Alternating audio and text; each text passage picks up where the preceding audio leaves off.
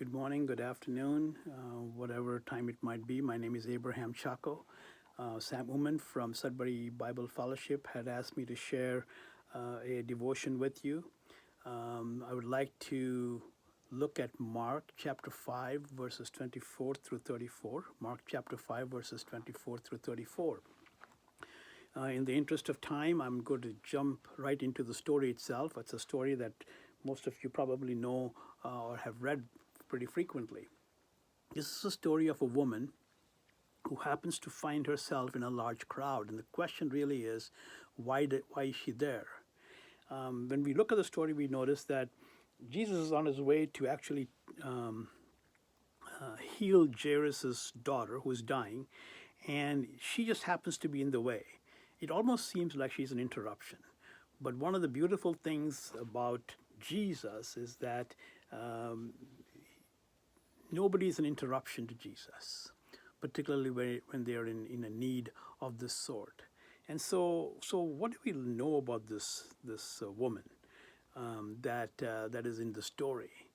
If we develop her profile, it almost seems like that we can identify with her, because that's been the focus of my study in the last year and a half, to kind of get to know Jesus in real life situations during these encounters, these miraculous encounters that Jesus had.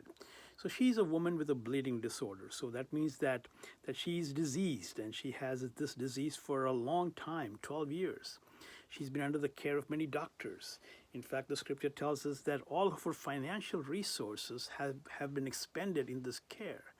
And not only has she been financially desolate at this point, but just her physical condition of hemorrhaging means that in that society she's automatically socially distanced. And that means that she has really no friends. I mean, it's a forced social distancing. She cannot attend birthday parties or go to graduations. She's probably a mother or a sister, and if she ever had any longings to comb the hair of her daughter, those might be forbidden to her. And then because of her hemorrhaging condition, she's probably anemic and physically weak. She has heard from the doctors that there's nothing more we can do. Have you ever been in that situation? Have you heard of people who have been to physicians and who have heard those words, there's nothing more we can do? And then she also cannot go to the temple. So religiously she's banished, if you might. And in that desperate situation, we find her taking the risk, if you might, through this crowd to touch Jesus. And she has this attitude. And it says that when she heard about Jesus, she positioned herself, and she says to herself, if I can just touch the hem of his garment. And what does that convey? It conveys her desperation. It conveys the fact that the stories of healing and that she has heard has encouraged her.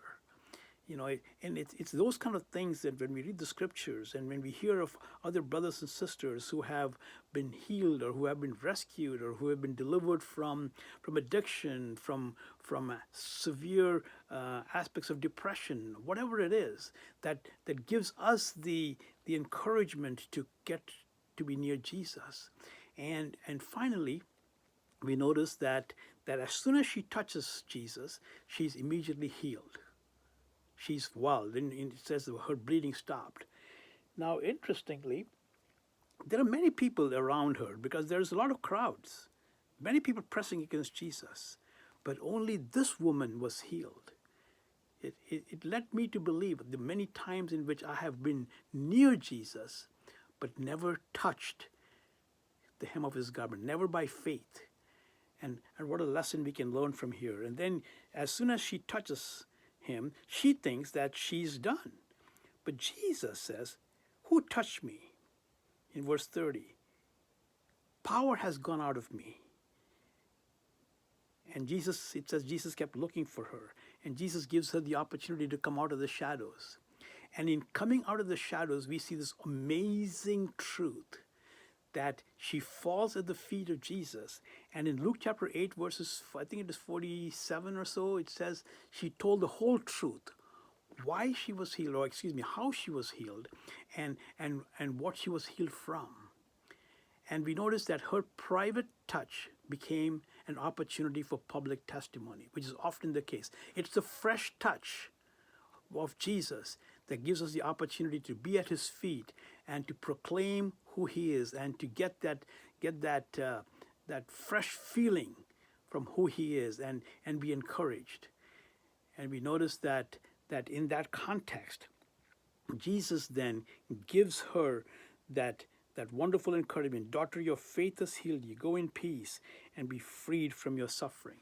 May God help us every morning, if you might, or every day, to have that desperate situation of a fresh touch that will give us the opportunity for public testimony, a private touch that God deals with us so that we can give public testimony to who he is and what he has done for us.